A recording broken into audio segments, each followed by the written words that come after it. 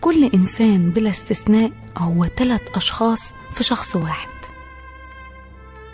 إنسان زي ما خلق، وإنسان زي ما بيشوفوه الناس، وإنسان زي ما بيشوف هو نفسه. نعم أنت اللي بتكلم عنه، نعم أنت اللي بتكلم عنه.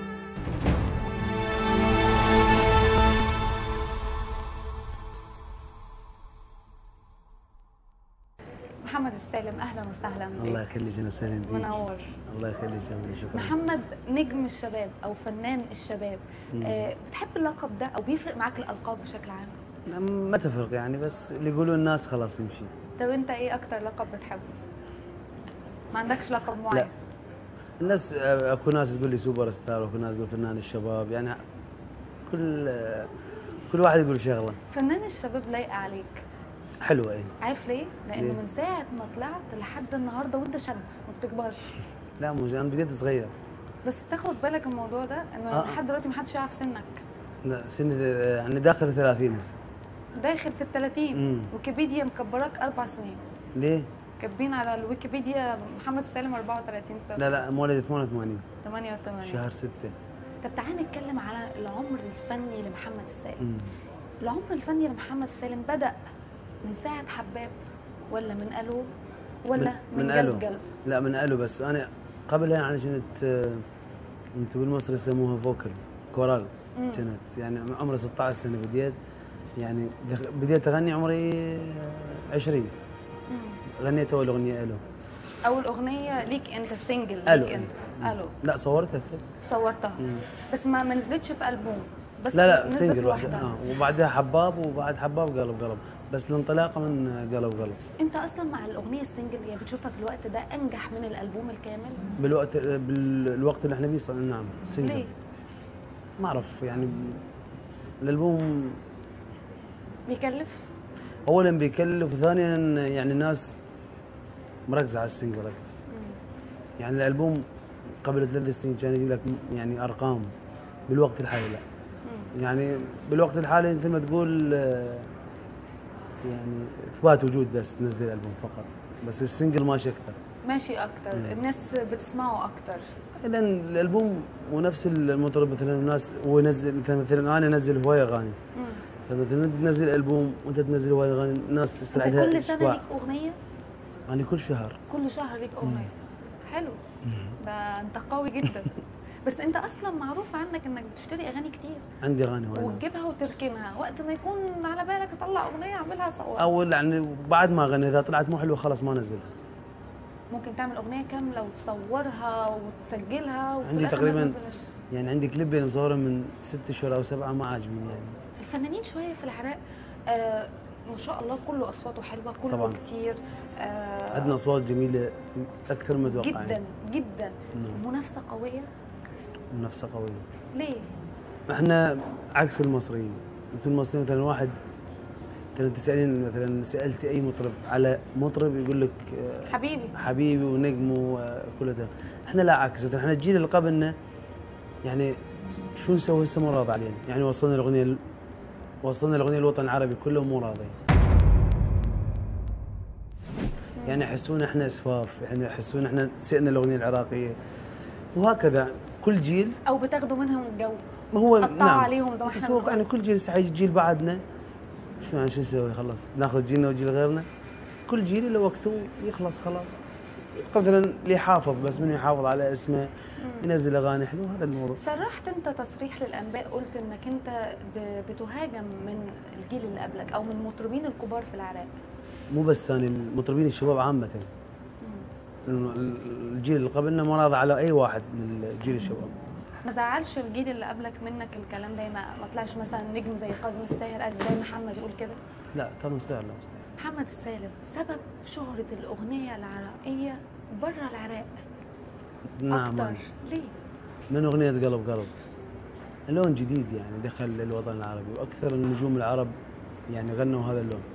أنت تعرف إنه قالوا إنه أنت الفنان الوحيد اللي بيسمعك الأجانب أكتر من العرب؟ طبعا الأغنية ترجمت قلب قلب 4 لغات. تشوف إنه لازم الفنان يتعامل مع شعراء أسمائهم تقيلة عشان خاطر يظهر؟ لا مش محتاج. يعني هسه أنا أكثر الشعراء اللي أشتغل لها مو معروفة. شباب. والشباب الجدد يطلع عندهم كلامك أحلى من الكبار، لأن بعده باله صافي. فريش بعده فريش. لكن مثلا ما بتحلمش تغني قصيدة لشاعر مشهور؟ لا القصايد لها ناسها، يعني ما اكذب عليك اقول لك اغني قصيده، حتى لو غنيت ما اطلع حلو مثل فلان مش شبهك. لا انا لوني معروف يعني خلاص، هذا مشيت عليه، سويت لوني لنفسي ومشيت عليه. يعني الناس الشعبي نقدر نقول مو الشعبي، انا سويت ستايل جديد مش موجود اصلا، مش موجود اساسا. يعني الاغنيه العراقيه بحياه الايقاع الغربي ما دخل الايقاع العراقي الا عن طريقه، يعني عن طريق فكره الموزع. عشان كده يمكن انت الوحيد اللي بتشتغل في الاعراس بتطلب كتير عشان اغاني سريعه. اغاني سريعه وبترقص. بس بيضايقك مطرب اعراس او محمد سالم مطرب الافراح؟ لا بالعكس. مطرب افراح، مطرب اي واحد يعني، اعراس، حفلات جماهيريه. انت عندك كم متابع على السوشيال ميديا؟ 3 مليون و200. محمد في الوقت الحالي اللي احنا فيه بيتقاس شهرة النجم او الفنان على حسب عنده قد ايه متابعين على السوشيال ميديا؟ لا مش يعني مو قياس، لان مثلا نور الزين نجم ما شاء الله عليه واغانيه مكسره الدنيا، عنده 500,000 على الانستغرام، انه مو مهتم بيه. واكو واحد عنده 5 مليون بس هو مو معروف. بس انت عارف المنتجين دلوقتي بيخشوا يدوروا على الحسابات، نعم. شوفوا الفنان ده عنده كام. اي نعم. انت ما ده بتحس بظلم فيها شويه الفنان؟ السوشيال ميديا؟ لا يعني المنتج يحدد فنك على حسب متابعينك، ظلم للفنان طبعا. بس انت يدخل على اليوتيوب يشوف ارقام ما شايفها هو بحياته. انت بتهتم جدا باليوتيوب، كويس انك فتحت اليوتيوب. انا مهتم بيه، يعني قناتي واحده هم عندي تقريبا 3 مليون ونص بيها. على طول دايما بتتكلم في لقاءاتك انه اليوتيوب بتاعي جايب ملايين. عندي مليار. تقدرين تطلب من اليوتيوب مليار مشاهد، يعني اخذت الثاني على الوطن العربي، الاول سعد المجرد، انا الثاني. يعني قناه خاصه بي، يعني قليل فنانين عراقيين عندهم قنوات، كلهم ويا شركات، بس انا من زمان قناتي واحده. بتعمل دويتو كثير يعني بتعمل؟ والله اكثر الدويتوات يعني انحرج. يعني انحرج اصدقائي، فما يعني ما ارد احد. حلو. اسوي دويتو. طب تعالى اقول لك مثلا لو في فنان او مطرب من الزمن القديم، زمن الفن القديم، تحب تغني مع مين؟ والله عندنا هوايه يعني اسماء واغاني من اللي رحلوا، من اللي راحوا ازاي راحوا؟ يعني اللي مش موجودين دلوقتي، يعني زي عبد الحليم وام كلثوم. اي واحد من الاسماء اللي قلتيها. المهم اي واحد طبعا مع دويتو. طيب من الجيل الحالي بقى تحب تعمل مع مين لسه ما عملتش معاه؟ من الجيل الحالي؟ عربي ولا عراقي ولا؟ اللي براحتك اللي انت عايزه. يعني تامر حسني بس. تامر حسني. تحب تامر؟ صديقي جدا. طب السؤال المعتاد لجمهور تامر ولا عمرو دياب؟ انت عارف انت الحرب طبعا، حرب مصر ما بين الجمهور مش ما بينهم الجمهور طبعا. يعني عمرو دياب مثل ما يقولون مصر اسطوره يعني طبعا.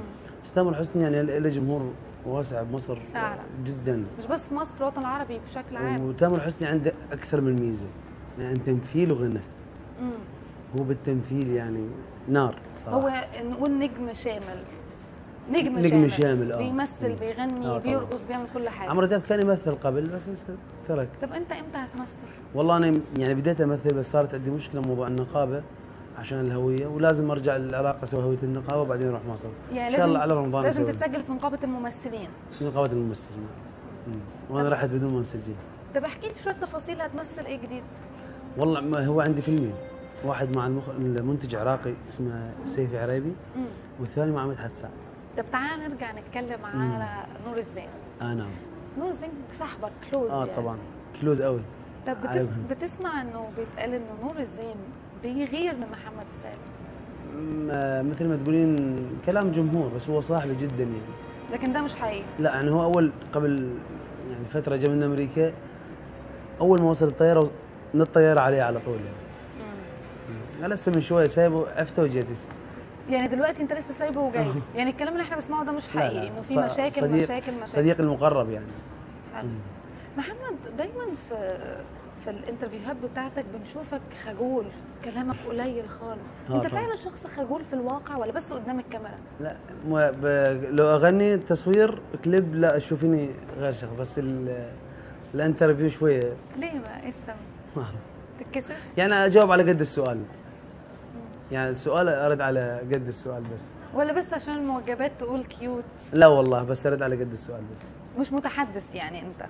لا متحدث، بس خلاص سالتيني سؤال اجاوب على نفس السؤال، ما اطلع من السؤال ولا سؤال اجاوب على السؤال. طيب مين بينافس محمد السالم من جيلك دلوقتي؟ بتشوف ان هو منافس قوي؟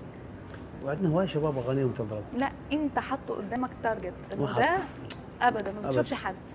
طب ايه رايك في تعالى كمل قدام ما بصش ورا، وتعالى شبعك حنان، وتعالى ايه ما اشبيها. تعرفها الاغنيه؟ اعرفها شلون؟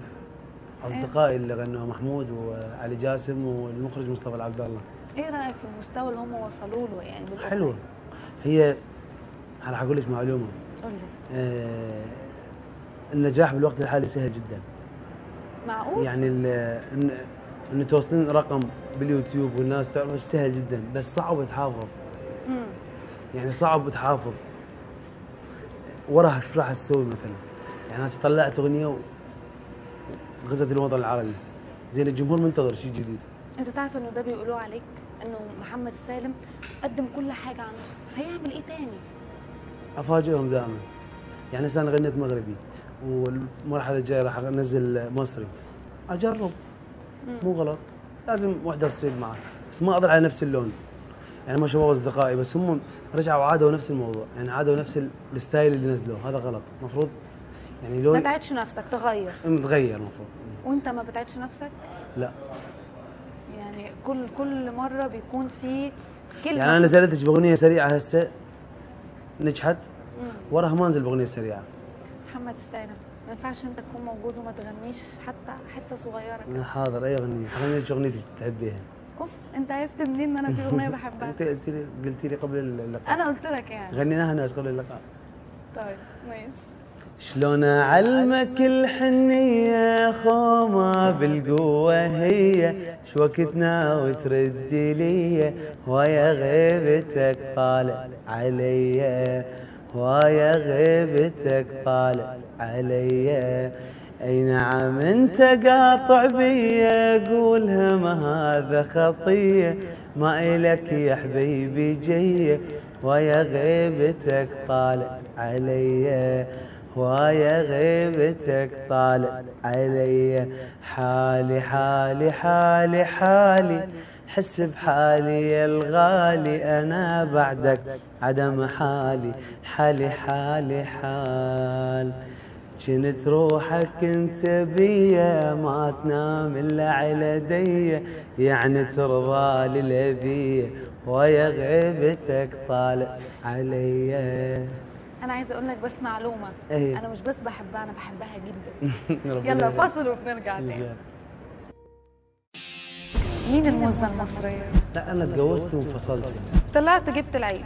امر بمشاكل كل شويه، وكنت مخبي على الجمهور. كل من ياخذ رزقه.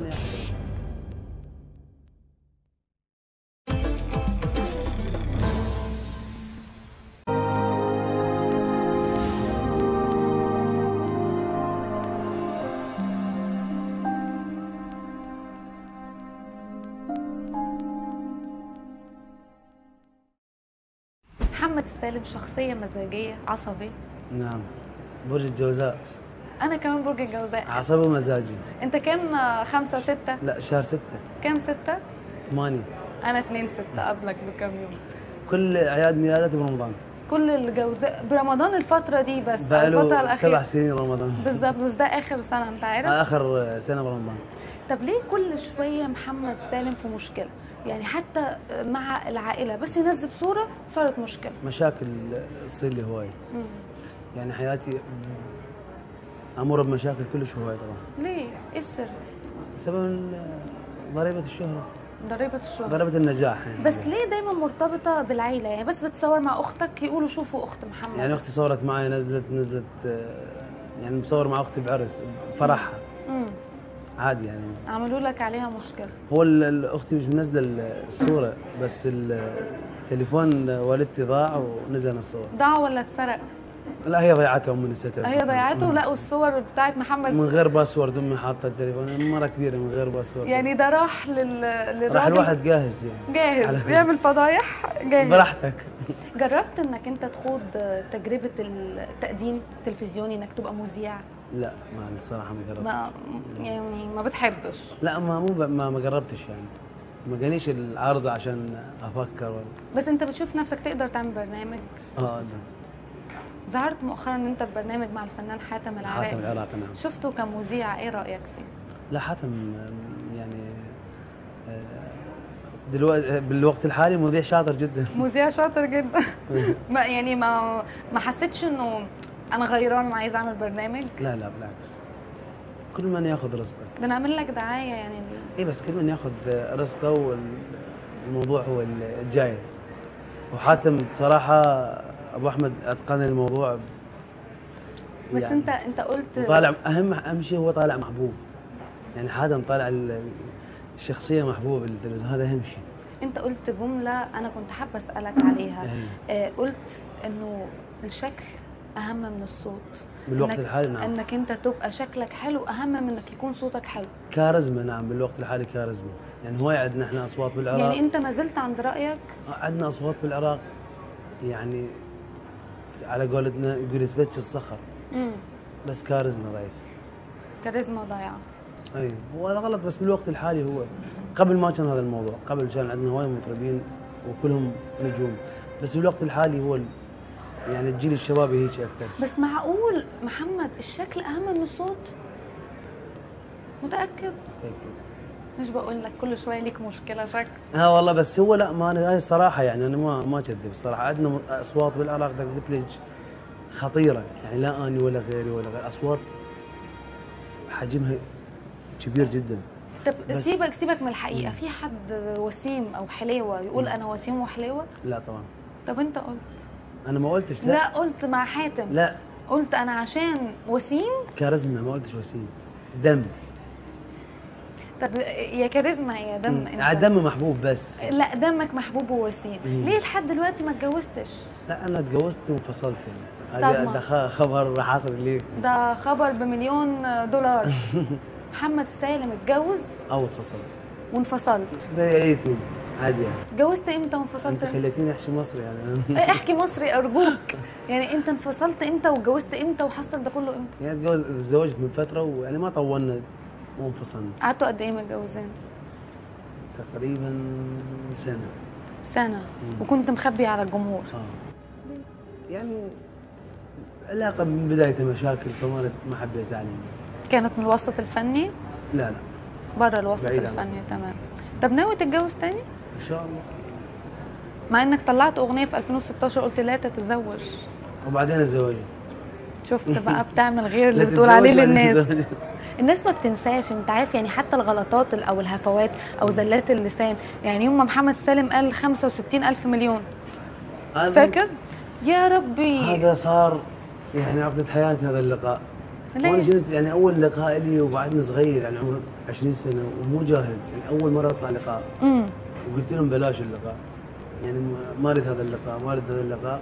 يعني شلون يعني انجبرت عليه ويفيدك اللقاء وقناه قويه طلعت جبت العيد كلش، يعني غلطت هوايه باللقاء.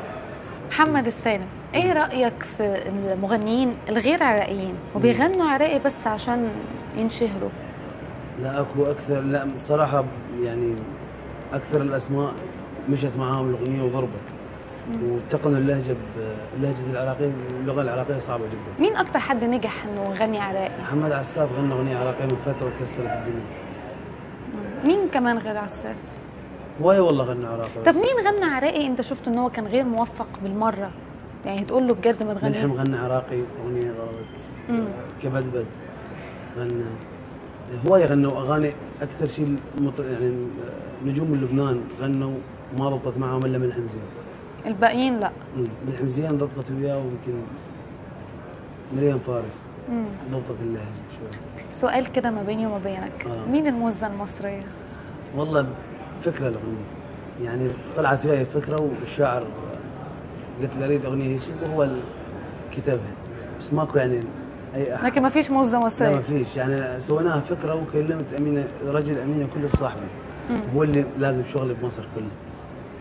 فقلت له عندي ايش فكرة أريد أسويها أمينة، قال لي تمام، وعملنا أغنية له حسنا إحنا الشباب. حلو. بس فكرة الأغنية موزة مصرية وشاب عراقي صارت حلوة، يعني بوقتها حصلت نجاح كبير كلش. محمد السالم وضرب نار، ولكن بعد الفاصل. في دخان بلا نار يا محمد؟ بطلت أوصل أي أحد بعد المطار. ليه كل شوية متنقل؟ مشاكل من ناحية إيش؟ أنت عايش شركة على مزاجك؟ ما بقت لدموع حتى ابكيها.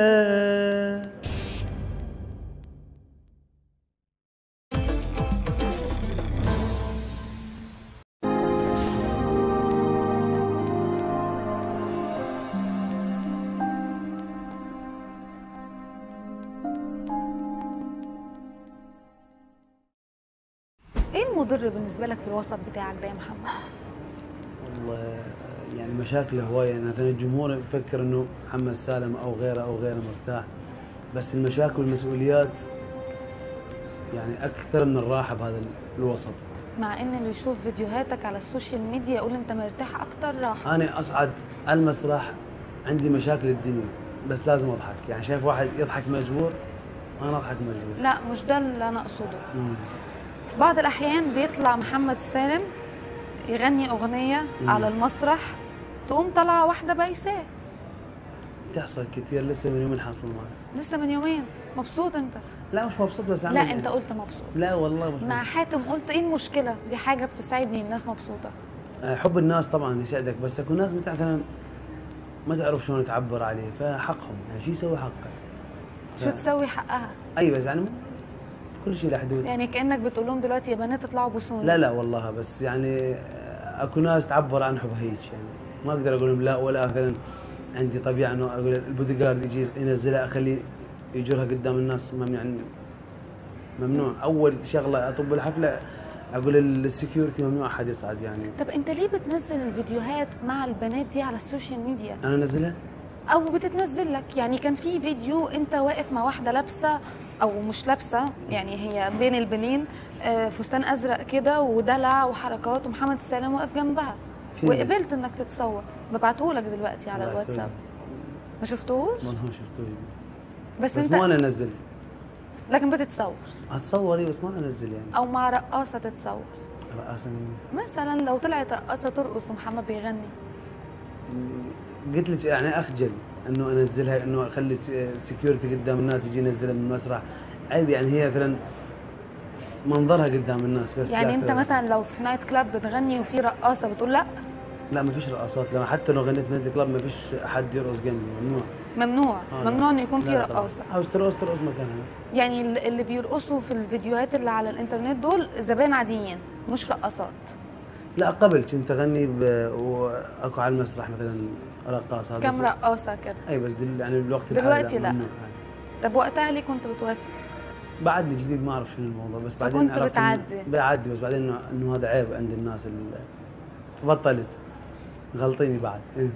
ابدا والله انا بقول لك حاجات الجمهور عاتب محمد سالم عليها. يعني حتى فيديو شهد اللي نزلته مؤخرا ومحمد سالم رايح يوصلها المطار. انا وصلتها المطار طبيعي زي زملائي اثنين، بس هي نزلت شويه يعني اوفر دلع.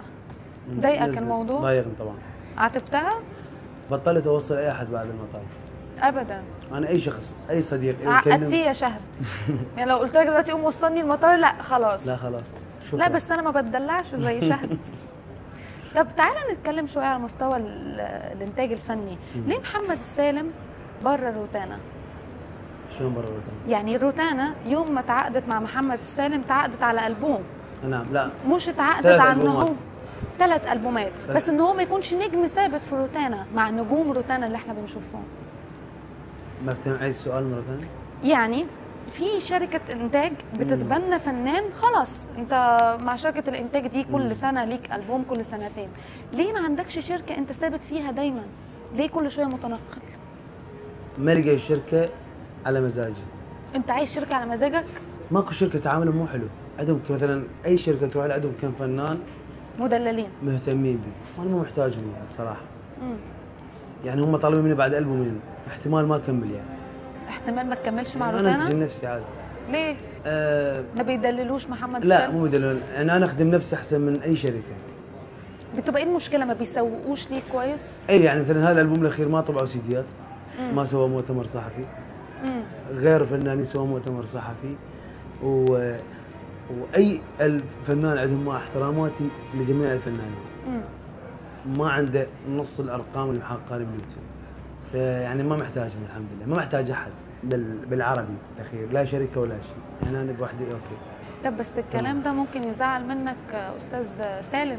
لا ما يزعلش مني، هم مهتمين بي يعني. مش مهتم؟ لا انا اشتغل على نفسي احسن من اي شركه قبل، يعني اهتمام ماكو، عندك كم فنان حفلاتهم، فانا اشتغل على نفسي بطريقتي الخاصه. بس محمد انت نفس المشكله دي كانت عندك مع الشركه اللي قبليها، كنت بتقول ما بيهتموش بيا. والشركه اللي قبل انا اشتغل على نفسي، ما عندي لا اداره اعمال ولا اي حفله جايتني ولا عشان مشاكلك كتير؟ مشاكل من ناحيه ايش؟ يعني هما بيشوفوا مثلا انه ما ينفعش يكون فنان عنده مشاكل كتير ونطلع ان احنا نسوق له وندلعه بالشكل ده، ولا ملهاش علاقه؟ لا طبعا بزنس. يعني اذا يريد يجي هو يقول لي عندك حفله انطيه ميعاد ورا سنه، لان انا منها السنه محجوز. من دلوقتي لسنه؟ من دلوقتي لسنه. ما شاء الله. تاتش فود. نمسك الخشب. طيب سؤال البرنامج، في دخان بلا نار يا محمد؟ لا. يعني لما يقولوا محمد السالم بيشرب خمره، لما يقولوا محمد السالم بتاع نسوان، لما يقولوا محمد السالم بتاع مشاكل، غيران، بيعمل كلام، ده كله اقدر اقول ان هو كلام اشاعات ولا مفيش دخان من غير نار؟ راح انطيك معلومه، بحياتي ما شربت خمره ومو عيب ولا حرام، حريه شخصيه، بس انا ما احبها. يعني من رب العالمين ما احبها. بس انت قلت انه مفيش دخان من غير نار. طبعا. يعني اي اشاعه بتطلع ممكن يبقى ليها هفوات بسيطه. هفوات انا يشوفني على المسرح برقص وبضحك فاكرني انه انا شارب، لا مستحيل، هذا شغلي. بس انت بتغلط فبتندم على الغلط، صح؟ زي اي بني ادم، يعني ممكن يكون عندك غلطات بسيطه بتندم عليها. طبعا اي واحد عنده تعلم من عدم بالمستقبل مره ثانيه ما يعيد نفس الغلط. طب هتغني لي ايه جديد؟ مو قلت لو نفترق ماكو حياه، مو قلت تنتهي الدنيا بدوني، شلون عايش وانت تدري حبنا مات، والله عيب تعيش بعد عيوني، واني مجروح فارقت روح، واسمك بكل كلمة جاي احكيها، العشق راح صعب ارتاح، ما بوقت الدموع حتى ابكيها. مش هتقولي مين الموزة المصرية؟ لا والله ما فيش موزة مصرية، أغنية كده بس والله. بس؟ اللقاء الثاني أقول لك. هتقولي يعني؟ إن شاء الله. يعني في موزة مصرية؟ إن شاء الله في. نورتنا محمد السالم، شكرا جزيلا. المرة دي الختام هيكون مختلف شوية، لأنه قال على نفسه وسيم، أنا كان نفسي يقول على نفسه مطرب شاطر، بس أنا بقول لكم بدل منه إن هو مطرب شاطر جدا.